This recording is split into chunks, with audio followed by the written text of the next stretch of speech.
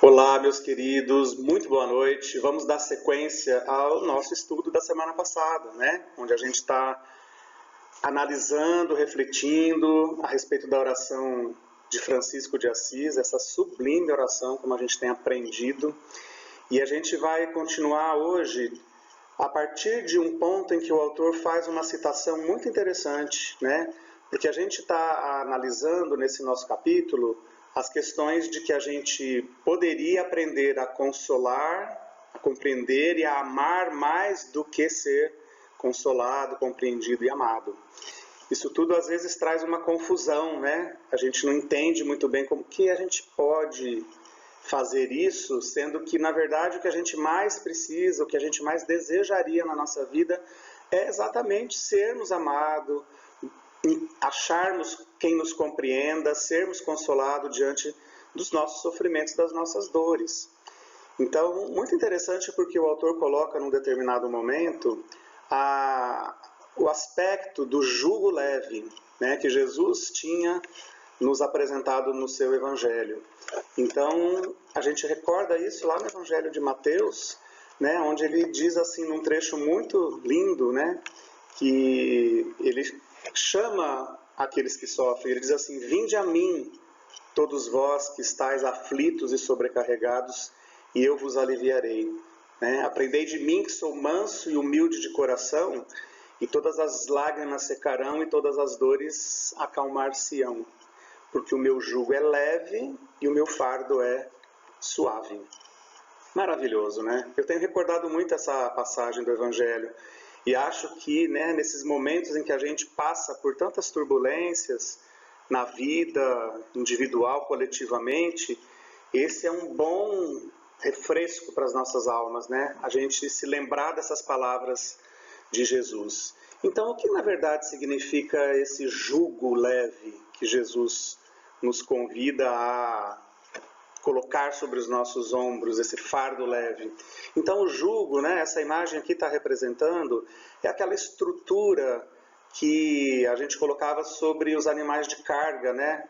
Ainda hoje, mas muito menos, mas na época de Jesus isso era uma imagem muito comum no ambiente rural, porque as pessoas, né, cultivavam a terra, aravam a terra com muito uso da força dos animais, né? Então, esse é o jugo. E na época de Jesus, isso também era muito usado por conta do jugo romano, aquele jugo em que você era dominado, né? Porque os animais, quando eles recebem essa canga, esse jugo, esse peso sobre os ombros, né, é algo pesado, é algo para que o animal não se desvie do caminho, ele carrega aquilo, né, peso sobre os seus ombros para cumprir aquela obrigação que está sendo conduzida ali. E os romanos, que dominavam toda aquela região e grande parte do mundo conhecido na época, eles submetiam os povos dominados a esse jugo, né, que eles consideravam a humilhação dos vencidos. Então, olha que interessante, né, porque Jesus está dizendo assim, olha, se você... A oração de Francisco de Assis está dizendo assim: se você se coloca na condição de aprendiz, né, e você reconhece Jesus como um mestre, então você entra na sintonia do mestre e aí você vai fazer esse caminho, né, de aprendizado e de mudança interior, tá? A gente já conhece toda essa mensagem de Jesus, né? Vamos trazer isso para os nossos dias, para aquilo que a gente já está vivenciando. E quantas vezes a gente não sente que o jugo que a gente está carregando é um jugo pesado, não é um jugo leve. Eu fico imaginando assim, como que a gente poderia classificar na nossa vida de hoje o jugo de Jesus. Então, qual é o jugo de Jesus que é leve, que é suave, esse fardo é leve, não é pesado, né? Porque a gente está carregando muito peso. Então, na nossa vida, o que seria optar, escolher por um jugo leve, que é o jugo de seguir Jesus, que é o jugo de seguir o Evangelho. Então, se a gente aprende e segue as lições desse mestre que é Jesus, a gente vai sentir que o fardo é leve. que as consequências dessas nossas escolhas vão nos trazer um alívio para as nossas dores. A gente vai fazer escolhas corretas da nossa vida e a gente vai estar vivendo muito mais de acordo com as leis divinas ou naturais. Então, toda vez que a gente escolhe errado, toda vez que a gente se desvia da lei, toda vez que a gente vai satisfazer o nosso ego e não o nosso self, toda vez que a gente exige que as pessoas nos compreendam, nos amem e nos consolem, a gente está escolhendo um fardo pesado, que a gente está indo contra, né? A gente está contra a lei que rege os nossos destinos, as nossas vidas. Então, por que será, né, meus amigos, que ainda hoje, mesmo conhecendo toda a mensagem do Evangelho que nós conhecemos, a gente não consegue vivenciar, né? É um grande desafio para nós, os cristãos modernos. E Jesus ainda diz assim, né? Mais ainda corroborando aquilo que o autor nos coloca, ele diz assim: aprendei de mim que sou manso e humilde de coração. Então ele está dando as dicas. Ele está dando as dicas. Olha, se você quer ter um fardo leve na sua vida, a gente tem que buscar esse aprendizado da mansuetude, da humildade. É o exemplo que Jesus veio nos trazer. E ele, né, dizia assim: aprendei de mim. Então ele está dizendo assim: eu sou o mestre, vocês são os discípulos, aprendam a lição que eu vim trazer. Né? É uma das poucas vezes que Jesus ele não reconhecia muitos títulos, vocês lembram disso, né? Ele dizia assim: não me chamem de bom. Se você está me chamando de mestre, me chamam de mestre e dizeis bem, porque eu sou. Ele reconhecia a qualidade do mestre que está ensinando, mas de ninguém melhor do que outro, né? Quando as pessoas queriam jogar essa armadilha para ele. E é isso que a gente viu, né? Rapidamente aí eu já coloquei para vocês. A gente vive hoje, meus queridos amigos, uma grande ausência de paz. Não só a paz no mundo por conta dos conflitos, das guerras, né? A ausência da paz social que a gente vive, mas a ausência da paz dentro de nós. Está faltando tanta paz, né? E obviamente que a paz lá de fora, ela é o reflexo da ausência da paz interna, né? Então a gente precisaria buscar isso, sabe? Esse aprendizado com o mestre, essa mansuetude, essa humildade que Jesus, as lições do Evangelho que Jesus veio nos trazer. Porque quando a gente aprende isso e vive isso, a gente vai encontrar paz. E o fardo, vamos dizer assim, vai ser suave, o nosso caminho vai ser mais suave, a gente vai ter muito mais consolo, a gente vai ter muito mais compreensão, e a gente vai ter muito mais amor, porque a gente vai construir isso dentro de nós. E é muito interessante o Emmanuel, né, fazendo uma interpretação desse trecho do Evangelho lá em Mateus. Ele diz assim no livro Pão Nosso. Hoje a obra do Emmanuel foi reclassificada, né, em termos de... A gente tem o Evangelho de Emmanuel, onde as mensagens foram selecionadas e, né, trazidas juntas em volumes separados. Então a gente tem o Evangelho de Emmanuel comentando todos os versículos de Mateus, de Marcos, João, né? Acho que todo mundo já conhece essas obras que são incríveis. Então lá o Emmanuel diz assim: nem todos os aflitos pretendem renunciar ao objeto de suas desesperações, e nem todos os tristes querem fugir à sombra para o encontro com a luz. Uma puxada de orelha, como o Emmanuel sempre faz. Porque ele diz assim: claro que a gente tem aflições, claro que a gente tem, né, desesperações na nossa vida, que a gente está vivendo um momento de dor, sofrimento, de angústia existencial, né? Nem preciso dizer isso para vocês, acho que todos nós sentimos na carne, né, na pele isso daí. Mas ele diz assim, mesmo Jesus chamando: vinde a mim, todos vós que estáis aflitos e sobrecarregados, Emmanuel está dizendo assim: onde estão os aflitos e sobrecarregados que não querem renunciar ao objeto das suas desesperações, que não querem largar a sombra para ir em direção à luz? Então existe muito apego da nossa parte, as nossas negatividades. Isso é uma coisa para a gente refletir, né? Se a gente quer realmente fazer um aprendizado, a gente precisa se desapegar dessas negatividades às quais nós estamos tão acostumados evolutivamente de encarnações tão anteriores, né? Muito bem, então, recordado esse trecho do Evangelho, né, a gente continua nas reflexões do autor e ele vai assim finalizar esse capítulo, né, nos dando várias dicas interessantes em relação a esse tema. Ele diz assim, que para a gente conseguir realmente avançar nesse caminho de nos tornarmos esses aprendizes do nosso mestre, a gente tem que compreender e amar as nossas necessidades egóicas. Então, é interessante, porque quando a gente se olha e a gente se descobre portador de tantas coisas que a gente não gostaria de ter, que a gente não gostaria de ser, a primeira coisa que talvez passe pela nossa cabeça é assim, a gente abandonar isso, a gente fugir disso. A gente não quer nem olhar, muitas vezes, para esses lados que são muito escuros dentro de nós, é o nosso famoso lado sombra. E isso, então, faz com que a gente, muitas vezes, vire as costas para tudo isso, imaginando que não olhar para isso ou rejeitar tudo isso seja um caminho para a gente se direcionar para a luz.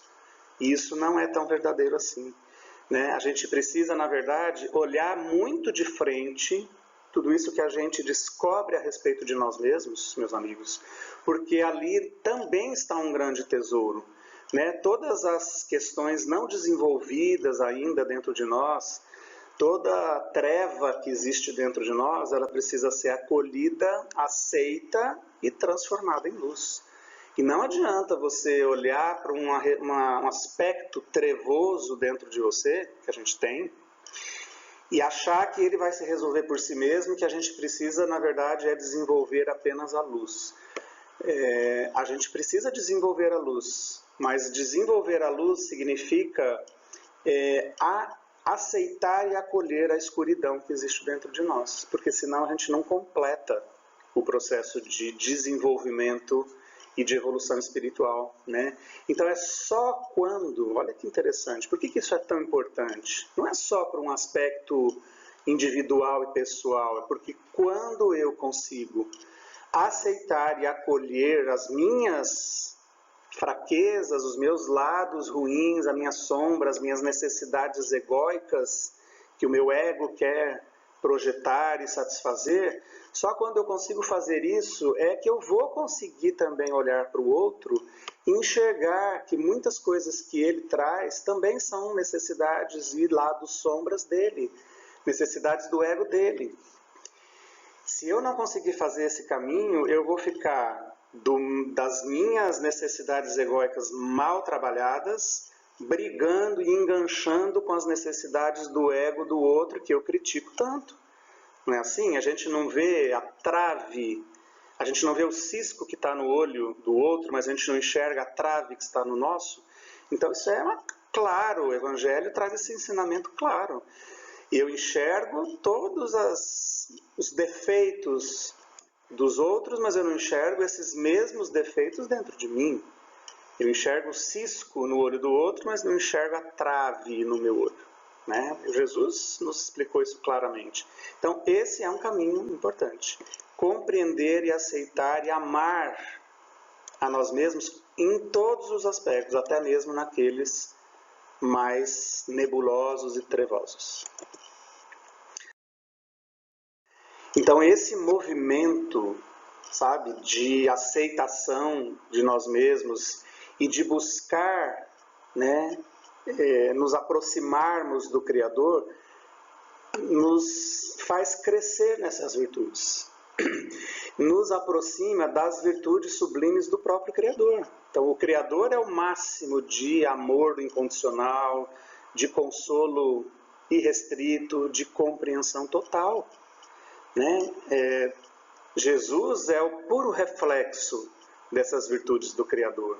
Então, porque já é um espírito puro, já é um espírito que galgou esses graus evolutivos na sua jornada. Nós estamos ali muito lá embaixo, é verdade. Mas toda vez que a gente busca esse caminho de aceitação, consolo, compreensão e amor por nós mesmos e pelas outras pessoas, a gente consegue nos aproximar mais das próprias virtudes do Criador. De forma relativa, né? Coloquei aqui, porque a gente sabe que Deus tem todas as virtudes e todas as qualidades num grau supremo. É um outro tipo de existência. Tá? A gente nunca vai igualar o Criador, porque nós somos criaturas de Deus. Então a gente pode alcançar uma perfeição relativa, nunca buscando se igualar a Deus, porque não existe essa condição, ok?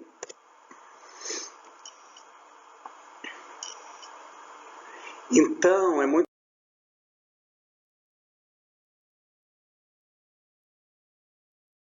legal, porque quando a gente faz as nossas preces, é muito comum a gente fazer os nossos pedidos nas preces, né? A gente pede normalmente aquilo que nos falta. E é muito bacana a gente reconhecer, então, que aquilo que nos falta é o caminho que a gente precisa trilhar e conquistar. Então, toda vez que você estiver em prece, que nós estivermos em prece, e que a gente fizer essas reflexões nesse momento, que a gente possa fazer isso, né? Esse reconhecimento de que faltam muitas virtudes em nós, mas de que a gente quer desenvolver essas virtudes dentro de nós. E que a gente se conecte, que a gente se faça contato realmente com esses atributos divinos do Pai maior que existe dentro de todos nós em forma relativa. Então, que eu procure mais consolar do que ser consolado, então que eu aumente a minha capacidade de consolar, mas eu obviamente nunca vou chegar ao grau supremo do Criador, de consolo, de amor e de compreensão, como a gente já falou aqui.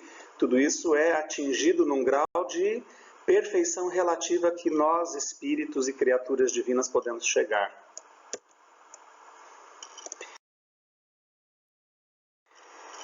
E é isso, né? Eu acho que o autor ele reforça muito esse conceito porque ele é tão interessante, né? Esse é um momento muito bonito da oração de Francisco de Assis. Então, como é que eu vou poder consolar na condição de mero aprendiz? É claro, acho que todo mundo já teve essa experiência, pessoal. Todo mundo já teve um momento em que você conseguiu oferecer uma palavra, conseguiu oferecer um abraço, né? Mesmo que a gente não esteja ainda conseguindo abraçar como a gente gostaria as pessoas que a gente ama, ou as pessoas que às vezes nos procuram, mas, nossa, de verdade, né? Quantas vezes a gente pode se lembrar de que uma pequena palavra, a mão no ombro, ou um abraço realmente mais afetuoso, era aquilo que a gente podia oferecer naquele momento para quem nos procurou, buscando ser consolado, ser compreendido, ser amado. E quando a gente é capaz de oferecer isso sem buscar a troca, sem buscar a recompensa, nossa, é uma sensação maravilhosa. Eu acho que todo mundo já experimentou isso em algum momento, né? Com pessoas da sua família ou até com pessoas, né, que você não conhece tanto, mas que você foi capaz de oferecer o seu melhor consolo, a sua melhor compreensão, o seu melhor ato de amor naquele momento, que podia ser apenas uma palavra, dizer assim, olha, fica tranquilo, tudo vai dar certo, tudo vai passar, confia, tenha fé em Deus que tudo vai passar, né? E você deu um abraço, e você colocou a mão no ombro dessa pessoa, sabe? Esse é o momento do aprendizado para nós, que somos aprendizes, que somos cheios de falhas, cheios de sombras ainda dentro de nós, mas a gente também tem um potencial de luz muito grande que a gente está aprendendo a desenvolver aqui, através desses pequenos gestos. E, obviamente, eu vou ser capaz de manifestar mais luz, mais amor, compreensão, consolo, a partir do momento em que eu exercito isso comigo mesmo. A gente já falou isso, mas a lição desse capítulo é exatamente a compreensão desse mecanismo, tá?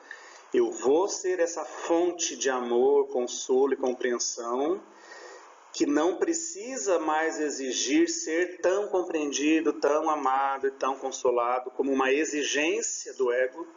Obviamente que é maravilhoso ser amado, obviamente que também nós precisamos ser compreendidos e consolados, mas se a gente faz esse caminho de aprendizado como aprendizes da vida, eu não vou ficar exigindo isso. Quando a gente exige, cobra dos outros, da vida, de Deus, dos espíritos, isso é uma pura exigência do ego. Então, esse é o nosso caminho de aprendizado, tá?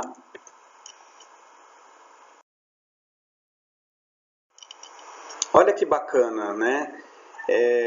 Quando a gente entender isso com bastante clareza, a gente vai entender vários pontos da mensagem de Jesus, inclusive o da própria oração que ele nos ensinou do Pai Nosso, né? Porque quando a gente diz lá no Pai Nosso, seja feita a tua vontade na terra como no céu, isso é uma coisa profunda, uma coisa que tem um significado realmente muito maior, né? Essa aceitação da vontade divina é um momento em que você se rende ao Criador. Quando a gente está vivendo muito sob o controle do ego, o ego acha que tudo tem que ser de acordo com a nossa vontade. O ego quer, o ego exige, o ego determina, o ego acha que manda. O ego acha que ele é o que sabe mais, ele sabe mais do que Deus. A gente acha que a gente sabe mais do que Deus o que deveria acontecer na minha vida e na vida das outras pessoas. Então a gente quer ficar mandando em Deus. Isso é puro domínio do nosso ego, né? Quando a gente entende que existe uma vontade soberana, que existe uma força maior que rege todas as coisas do universo e a minha vida também, então eu entendo que eu preciso fazer a minha parte, mas eu preciso me alinhar com essa vontade. Entender a vontade divina e colocar então o meu ego a serviço da vontade divina. E dentro de nós, a serviço do nosso self, porque a gente tem essa sabedoria interna. A gente já comentou sobre isso aqui. As leis de Deus estão inscritas aonde? Na nossa consciência. Os espíritos responderam isso para Allan Kardec, para nós. Então, se as leis divinas estão dentro da nossa consciência, elas estão gravadas no nosso self, nessa estrutura íntima, mais íntima do nosso ser espiritual. Então, a vontade de Deus está inscrita nas leis, está manifestada nas leis. Se a gente segue as leis, se a gente aceita, acolhe as leis divinas dentro de nós, na nossa vida, a gente está aceitando a vontade de Deus acima de todas as coisas, né?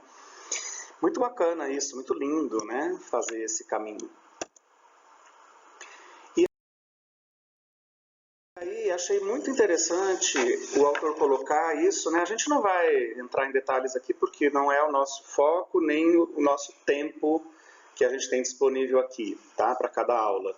Mas ele diz assim, inclusive falando sobre Francisco de Assis, que quando, né, o discípulo, o aprendiz, ele se entrega totalmente ao mestre, às leis divinas e soberanas do universo, ao Criador, porque o mestre é uma representação do Criador, né? A gente precisa entender isso, não é que a gente tem que se focar, né? Jesus é o grande mestre, e ele é o caminho para a gente entender melhor todas as coisas. Mas o objetivo é a gente se entregar ao mestre como uma representação do divino. Jesus é um irmão nosso maior na caminhada evolutiva. É esse nosso mestre tão querido. Mas ele é o caminho para a gente chegar ao Pai, né? Ele vem nos mostrar isso com clareza. Então, quando o discípulo, o aprendiz, ele se entrega totalmente à vontade divina, existem fenômenos super interessantes. Vocês já ouviram falar nos estigmas, né? O que são os estigmas? São pessoas capazes de manifestar no seu próprio corpo sinais. Que sinais são esses? Os sinais da própria crucificação de Jesus. Então, muitos santos, né, os chamados santos lá da igreja, alguns tinham a manifestação desses sinais. Francisco de Assis também teve. São 5 estigmas, na verdade, né? Os estigmas da crucificação nas mãos, um em cada mão, são 2, um em cada pé, são mais 2, e aquela rasgada de lança na lateral das costelas, quando o soldado romano fez aquele, né, furou as costelas, o flanco lateral das costelas de Jesus para confirmar que ele já tinha morrido, não é? Então são esses 5 estigmas. Curiosamente, Francisco de Assis começou a manifestar esses estigmas no seu corpo 2 anos antes da sua morte. Ele faleceu muito jovem, né? A gente sabe disso, com 45 anos, então muito jovem. E ele manifestou isso após um período de jejum e oração de 40 dias. Então olha que interessante, né? Vocês se lembram que Jesus, após o batismo, foi para o deserto e ficou 40 dias em jejum e oração. Esses números, né, toda a numerologia do Evangelho é muito significativa, então eu tenho certeza que Francisco de Assis também optou por esse período, por uma questão pessoal da vida dele, né? Não me lembro do relato do que estava acontecendo nesse período, a gente poderia procurar, mas ele fez esse retiro, vamos dizer assim, nessa imersão para dentro de si mesmo, com 40 dias de oração e de jejum. E depois desse período, então, as marcas do Cristo, como está lá o apóstolo Paulo dizendo, né? As marcas do Cristo vão aparecer na nossa vida. Isso pode ser até fisicamente, né? Aquela devoção tão intensa do indivíduo, que as marcas aparecem, sangram, é como se fosse uma cicatriz. Vocês estão observando essa imagem no slide? E muita gente que estuda esses fenômenos, né, coloca esse ponto de reflexão, porque como que esses estigmas aparecem, né? Eles são, vamos dizer assim, fenômenos anímicos, tá? Ligados a toda a fenomenologia mediúnica, né? Das capacidades mediúnicas e anímicas do indivíduo. Então, isso é um produto, um registro também do que está na mente dessas pessoas. Porque, veja bem, observem que essas marcas estão na palma da mão, né? Que a gente observa a grande maioria dos estigmatizados. E hoje a gente sabe, por quê? Porque isso é uma ideia, é uma imagem gravada em nós, né? Desde sempre que Jesus crucificado, os cravos foram batidos na palma da mão e ele ficou então assim na cruz. Mas a gente sabe que hoje os estudos mostram que não foi bem assim. Jesus foi crucificado aqui, ó, né? O prego foi introduzido aqui, entre esses tendões do punho. Porque se tivesse sido colocado aqui não suportaria o peso do corpo, rasgaria a mão. Então os romanos sabiam que para sustentar o peso do corpo na cruz, eles tinham que bater o prego aqui. Mas na construção dessa cena, né, na construção da imagem da crucificação de Jesus, a gente sempre viu o prego batido aqui. Então, na mente do estigmatizado, a imagem refletida é essa. Ele exterioriza isso, então, de acordo com o que ele tem gravado na sua mente, tá? Mas, enfim, não é o nosso foco aqui. Mas só para mostrar como que isso significa o quê? Uma entrega total. Um indivíduo que manifesta o próprio estigma, que constrói esses estigmas no seu próprio corpo, é uma devoção total ao mestre, né? Uma entrega total, que é o que o autor está dizendo aqui, que a gente deveria buscar, não que a gente precise manifestar estigmas no nosso corpo, não, mas uma entrega ao mestre.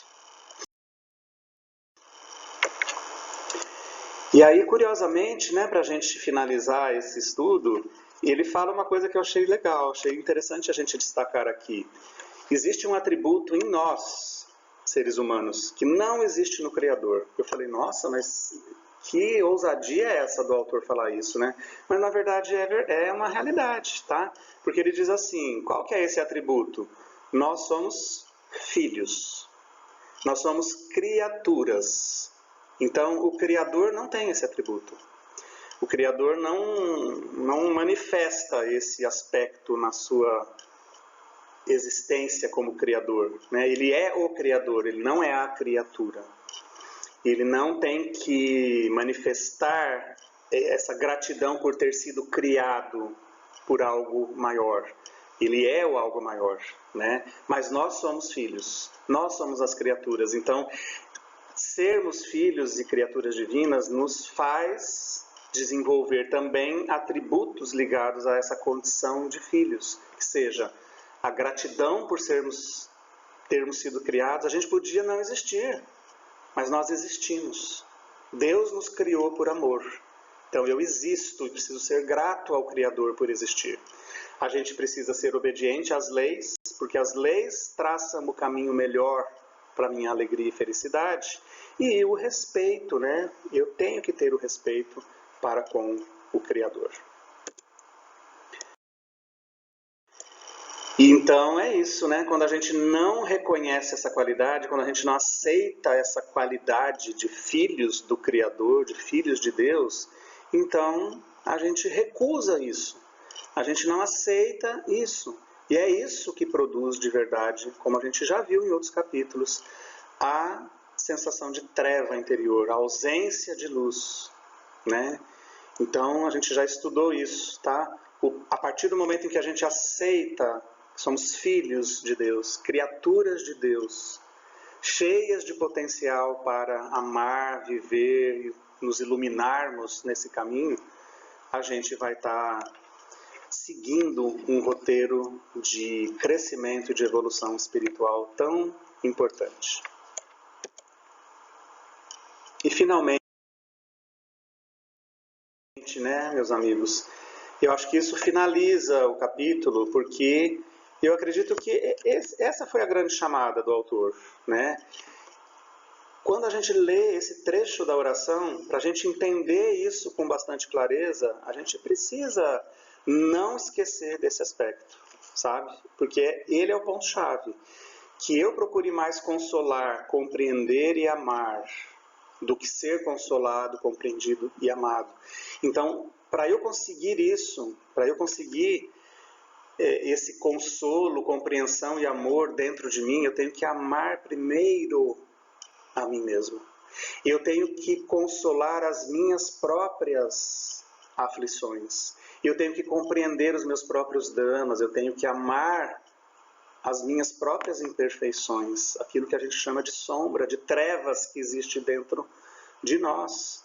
Quando eu consigo fazer isso, eu transbordo isso, né? Eu internalizo esse consolo, compreensão e amor para mim e eu externalizo isso para os outros. É uma via de mão dupla, é uma consequência natural desse processo.